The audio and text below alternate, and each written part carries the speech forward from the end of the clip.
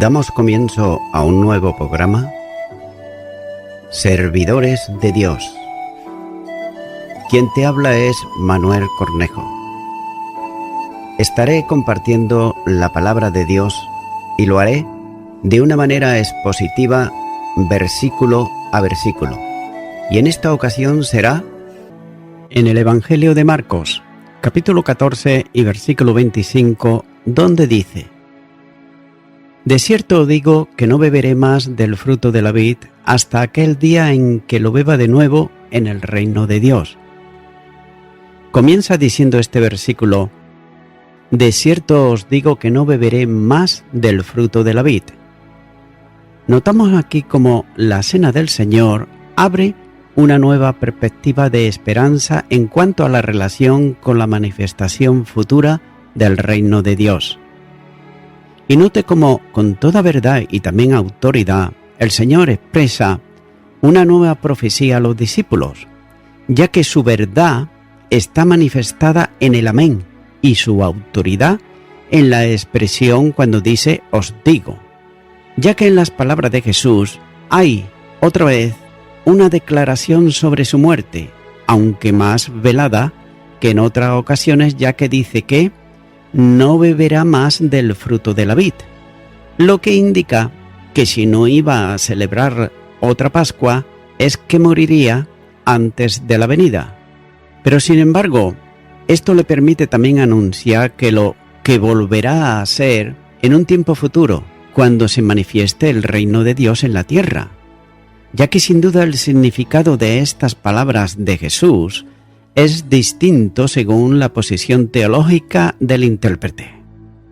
Note que, para el amilenarismo, se trata de una expresión que debe ser entendida espiritualmente, como por ejemplo escribe Broadus cuando dice: paulatinamente ha logrado hacerles comprender que no establecerá un reino temporal, tal como los judíos esperaban que fundase el Mesías, ya que va a morir pronto y los dejará, pero habrá un futuro reino de Dios, no un reino temporal, sino uno espiritual en el que todo será nuevo, como así señala Apocalipsis capítulo 21 y versículo 5.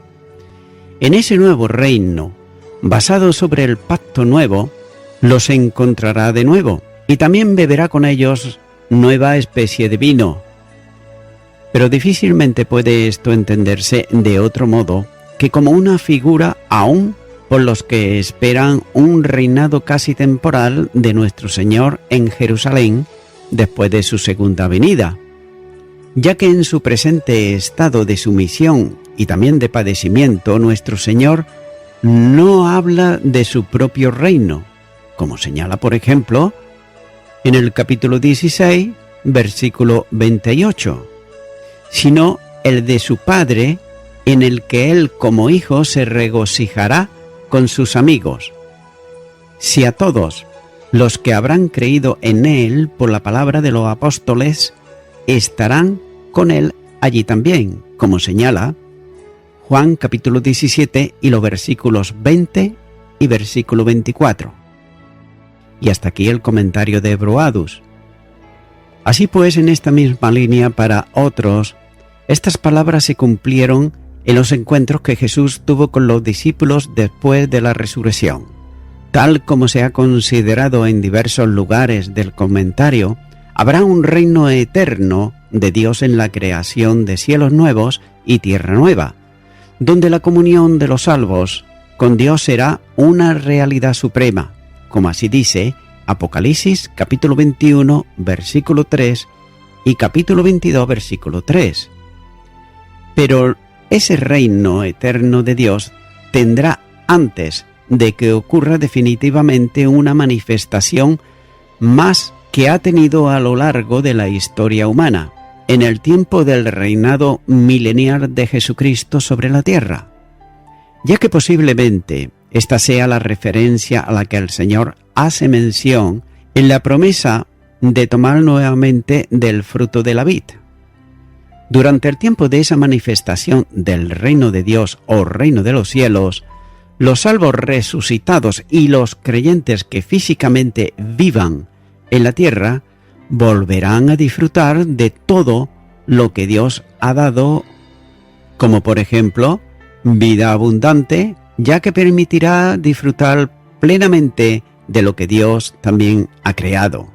Es cierto que los cuerpos glorificados no tendrán necesidad de ser alimentados de la manera en que lo necesitan los cuerpos físicos, pero la perspectiva de frutos que sirven de alimento y de agua hacen suponer que habrá experiencias en relación con la provisión de Dios. En el tiempo siguiente, cada vez que la ordenanza se lleve a la práctica, el partimiento del pan y la bebida del vino sirve para alimento, recordando la transitoriedad de la ordenanza que concluirá con un encuentro definitivo con el Señor, abriendo para el creyente una puerta al disfrute de la esperanza y al gozo de las promesas para el futuro, ya que descansan especialmente en las palabras de esperanzas dichas por el Señor, a quienes estuvieron con Él en la última cena, como señala Juan 14, los versículos 1 al 4. Por tanto, la ordenanza conlleva aquí dos aspectos.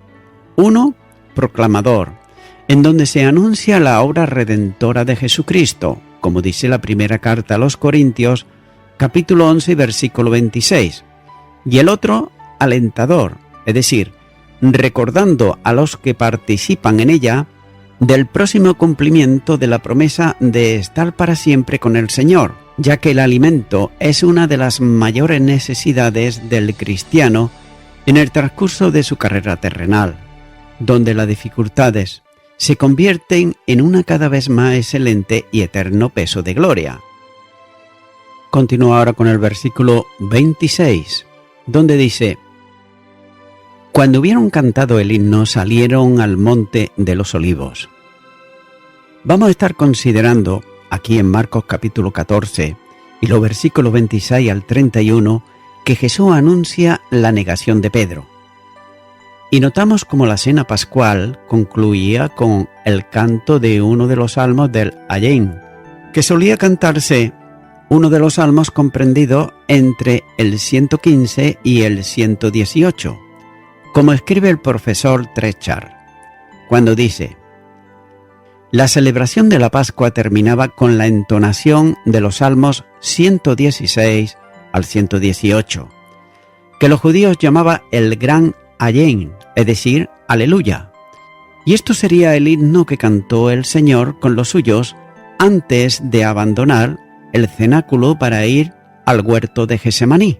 La lectura cuidadosa de los salmos de referencia revela cuán apropiados eran a la ocasión de la víspera de la pasión y nos conmueve por otro lado meditar en lo que serían los pensamientos de nuestro amado Salvador al guiar a los suyos a la entonación de la estrofa, ya que atad víctimas con cuerdas a los cuernos del altar, vemos como pronto después había de dejar que los malhechores liasen sus manos con cuerdas y aún sujetar su santo cuerpo con clavos al madero. Pero las cuerdas que le retenían allí no eran aquellas, sino la fuerza de su amor hacia nosotros. Y hasta aquí el comentario de Trechard. Así pues, observamos que, dejando el lugar donde habían celebrado la Pascua e instituida la ordenanza de la Cena del Señor, salieron hacia el Monte de los Olivos. Entre la institución de la ordenanza y la salida hacia ese lugar, el Señor dedicó un tiempo a enseñar a los discípulos, cuyas enseñanzas se recogen en el Evangelio según San Juan, en los capítulos 13 al 16. Y antes de iniciar el camino hacia el monte, Jesús también pronunció la oración llamada la oración sacerdotal. Juan, todo el capítulo 17. Pero no es posible determinar a qué hora salió Jesús del cenáculo. Sin embargo, teniendo en cuenta las costumbres judías de la época, si la hora del comienzo fue sobre las 7 de la tarde, sería entonces a las 10 o a lo sumo las 11 de la noche cuando cantaron el himno y salieron hacia Getsemaní. Note también que Jesús sabía muy bien que vendrían a prenderle en aquella noche. Y es posible que la salida del aposento alto hacia el Monte de los Olivos ocasionó que Judas hubiera conducido el grupo que le iba a prender hasta la casa donde se había celebrado la cena y de la que él había salido. También es probable que Juan Marcos hubiera sentido el alboroto producido por el grupo armado, con los palos propios de la guardia del templo, y saliendo de su habitación, se envolviese en una sábana para ver en qué terminaba todo aquello.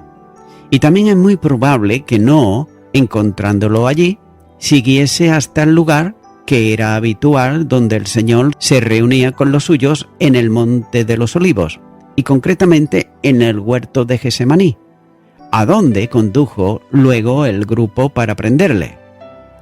Ahora bien, y note esto, sin embargo, aunque bien pudo ser así, todo esto es mera conjetura, ya que el relato bíblico no da detalles de lo que ocurrió entre el canto del himno y el prendimiento. Repito, es mera conjetura y nada más. Pero lo que sí es evidente es que cuando terminó el canto del himno, Jesús y los 11 discípulos, ya que Judas había salido, dejaron el lugar donde habían cenado, que tradicionalmente estaba situado en la ciudad alta de Jerusalén, es decir, la parte sudoeste, y descendieron por las calles que iban bajando hasta el torrente de Cedrón, para seguir luego bordeando hasta la empinada cuesta que subía al Monte de los Olivos. Y empezando la salida, según la tradición, se encontraba el huerto de Getsemaní, un lugar muy conocido para Jesús y los discípulos, donde se habían reunido para estar juntos en muchas ocasiones. Continuaron con el versículo 27, donde dice: Entonces Jesús les dijo: Todos os escandalizaréis de mí esta noche, porque escrito está: heriré al pastor y las ovejas serán dispersadas. Comienza diciendo este versículo que entonces Jesús les dijo: todos os escandalizaréis de mí esta noche. Notamos cómo la tensión en torno a los discípulos iba en aumento, ya que los accidentes durante la cena, con el anuncio de la traición de uno de ellos y también la advertencia de que iban a quedar solos por un tiempo. Por otro lado, la sombra de la cruz que se delimitaba sobre cada uno de ellos ponían una nota de inquietud sobre el grupo. Todo esto también se unía a su cansancio físico, ya que en el camino hacia el Monte de los Olivos, Jesús hace un anuncio que sin duda impactó el alma de todos ellos. Aunque era de noche, podían también distinguirse bien el rostro de todos ellos y la persona de Jesús que le hablaba, puesto que era noche de luna llena que iluminaba muy bien. Ahora bien, cabe hacerse unas preguntas y son las siguientes. ¿Caminaban en silencio? Otra, ¿dialogaban entre ellos en voz baja? Y otra pregunta, ¿iban los 11 detrás de Jesús como había sido parte del camino cuando venían a Jerusalén para la fiesta? Esto no lo sabemos, pero lo que sí conocemos es que el Señor tal vez se detuvo un momento para decirle que todos ellos serían escandalizados aquella noche. Note cómo el maestro conocía muy bien el efecto de su prendimiento, luego el juicio y finalmente la crucifixión. Todo esto se produciría también en el ánimo de todos ellos, ya que no eran algunos que se escandalizarían, sino todos. Y note cómo el verbo expresa también la idea de poner tropiezo, hacer caer, escandalizar, pero también tiene el sentido de abandonar, desertar. Y este es el que corresponde al sentido aquí, ya que Jesús no habla de algunos que lo haría, sino de todos. En alguna medida también iba a ser piedra de tropiezo, en la que todos ellos tropezarían aquella noche, ya que Jesús le está advirtiendo de la debilidad humana frente a la fortaleza divina. Mientras que todos ellos iban a ser escandalizados, él, Jesús, seguiría firmemente hasta la cruz. Por el relato del paralelo según Mateo, el problema no estaba lejos, ya que el Señor les advierte que sería esta noche. Continúa diciendo este versículo: porque escrito está, heriré al pastor y las ovejas serán dispersadas.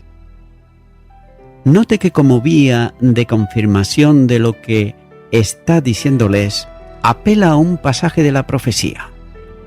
Y el texto, tanto en hebreo como en griego, se lee en imperativo y se encuentra en Zacarías, capítulo 13 y versículo 9, donde dice: levántate, oh espada, contra el pastor y contra el hombre, compañero mío, dice Jehová de los ejércitos, heriré al pastor y serán dispersadas las ovejas.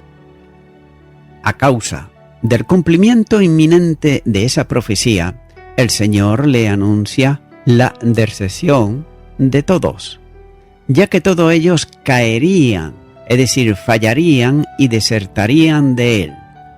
Todo cuanto ocurría en relación con la muerte de Cristo estaba debidamente profetizado, y cada asunto en la pasión era el cumplimiento fiel de lo que había sido anunciado en el nombre de Dios por medio de sus profetas.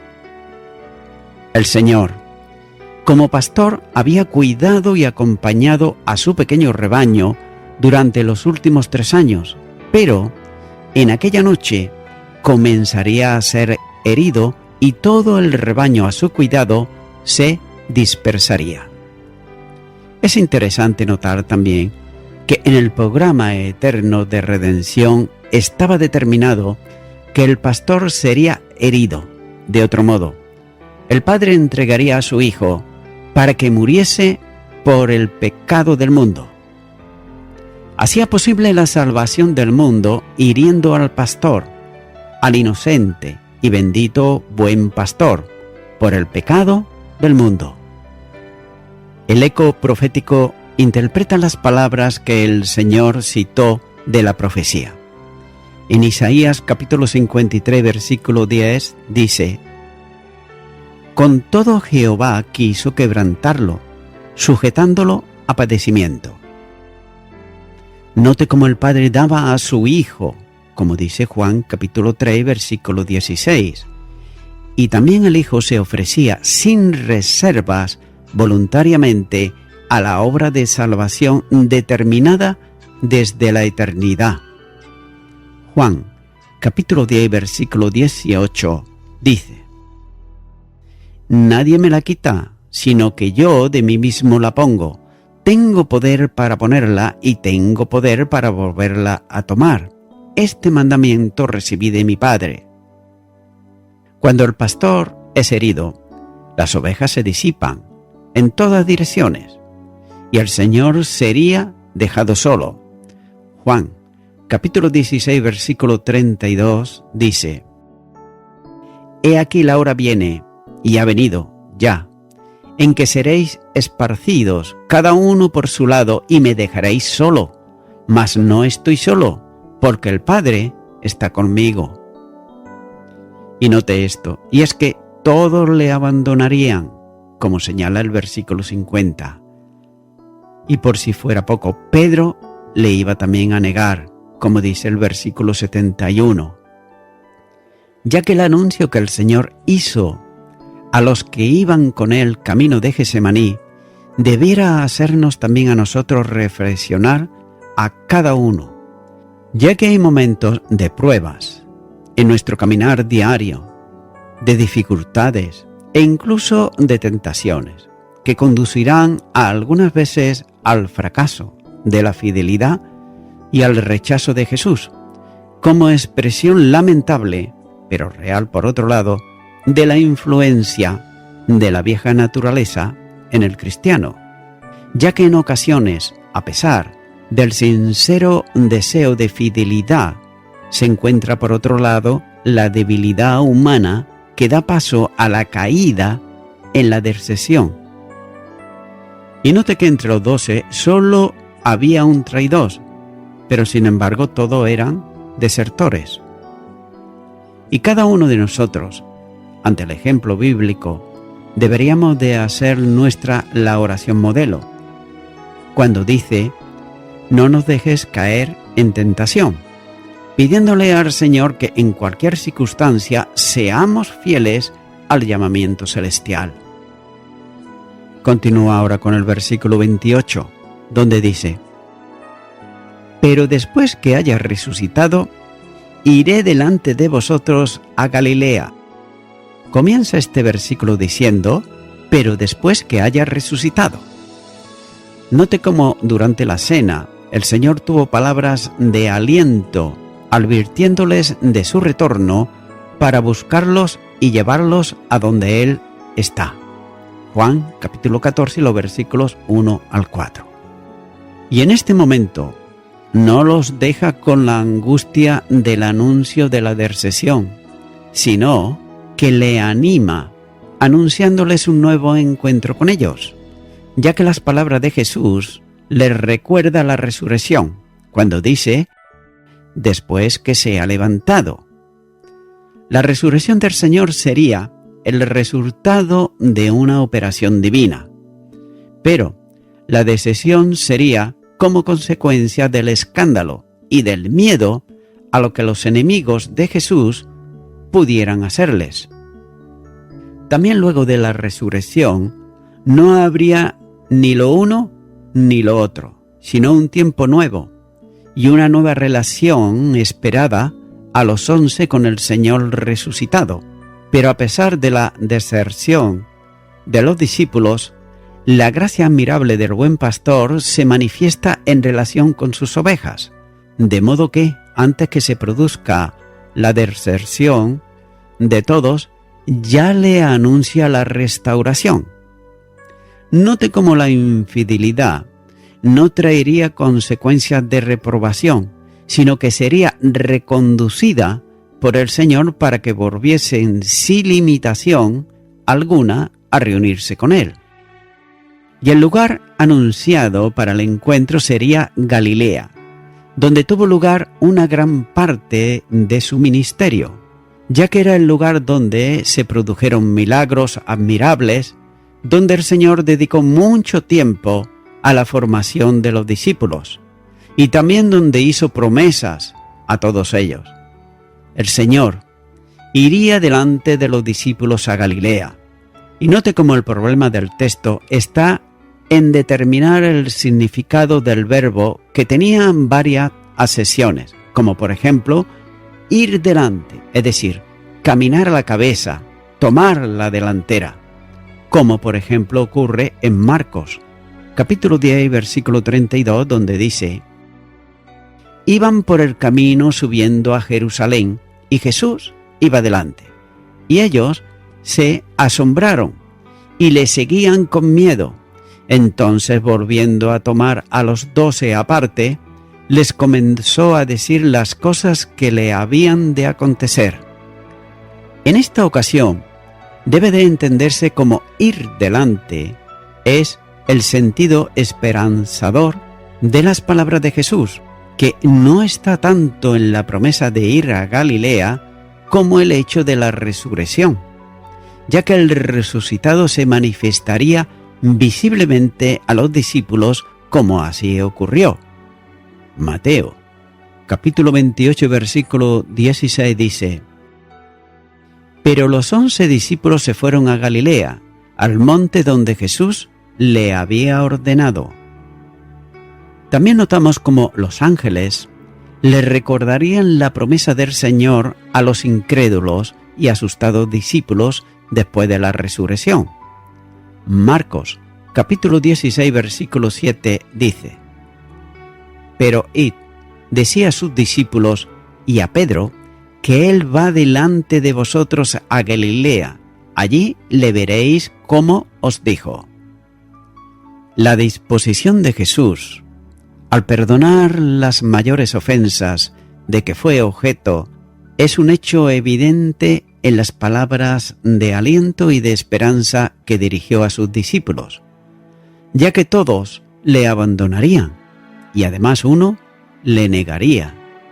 Pero él le anuncia un encuentro con ellos en un lugar querido para todos.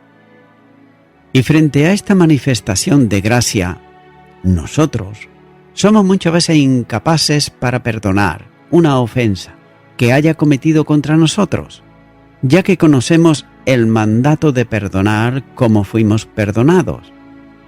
Efesios capítulo 4 y versículo 32 dice: Antes sed benignos unos con otros, misericordiosos, perdonándoos unos a otros como Dios también os perdonó a vosotros en Cristo.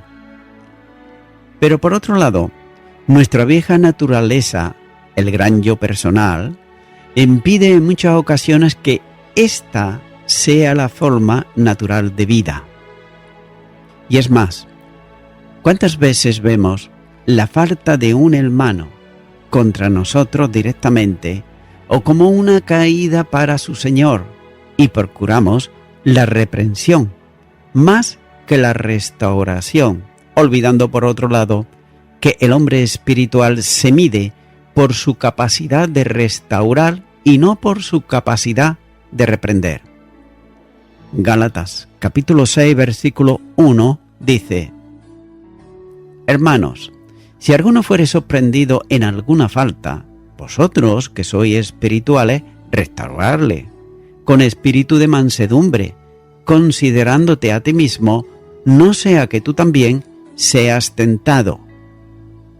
Tengas en cuenta que mientras que somos capaces de mantener un espíritu de resentimiento contra quienes nos han ofendido o contra quienes, a nuestro parecer, no han sido fieles, Jesús nos da el ejemplo de desinterés y restauración, ya que Él siempre abrió un camino a la esperanza en medio de los fracasos y caída de los suyos.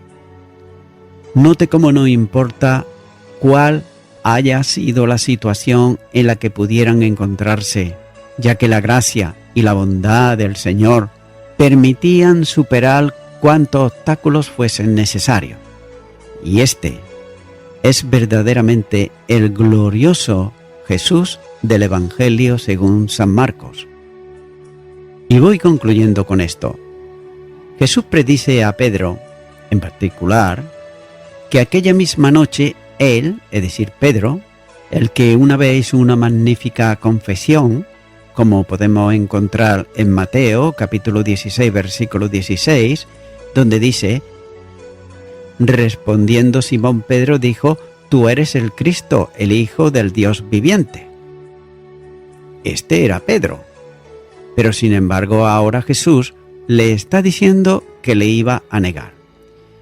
Así por tanto vemos que pese a esta confesión Pedro le iba a negar, como veremos en los versículos 29 al 31. Y aunque Judas ya no se encontraba entre ellos, Jesús le muestra a todos, y a Pedro también en particular, que no tenían razón alguna para jactarse de su propia suficiencia. Amigo y amiga oyente, aunque Dios nos guarde de ser peores de lo que somos, nosotros deberíamos avergonzarnos, por otro lado, de no ser mejores de lo que realmente somos. De manera que, ahora amigo o amiga oyente, te animo a que tú seas una persona mejor de lo que eres, y lo puedes ser, siempre y cuando pongas a Dios en primer lugar. Y para ello es necesario que en primer lugar, antes de todo, le entregues tu vida a Jesucristo, el que dio su vida en la cruz del Calvario. Él te acepta tal y como eres, y tal como eres, Él hará de ti una nueva criatura para ser mejor de lo que realmente eres.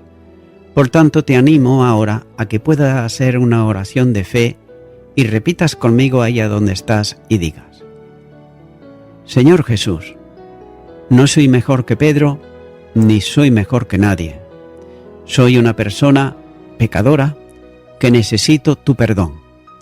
Es por eso que en este momento te pido perdón por todos mis pecados y me arrepiento de ellos. Y te recibo ahora a ti, Jesucristo, en mi corazón como mi único y suficiente Salvador. En el nombre de Jesús. Amén. Amigo y amiga oyente, si tú has hecho esta oración de corazón, te recomiendo que comiences a orar a Dios, en primer lugar, en el nombre del Señor Jesucristo. Orar a Dios no es rezar, sino que es hablar con una persona. También te recomiendo que leas la palabra de Dios y lo hagas a diario. Comienza, por ejemplo, con el Nuevo Testamento. Y también, por último, te recomiendo que para que puedas crecer espiritualmente, te congregues en una iglesia cristiano-evangélica, donde se predique, se enseñe y se practique la sana doctrina y la palabra de Dios. Congrégate ahí y con el tiempo podrás crecer espiritualmente y también servir al Señor Jesucristo. Que Dios te bendiga. Y a toda la audiencia, nuevamente ya me estoy despidiendo de todos ustedes y será hasta el próximo programa. Que Dios os bendiga a todos.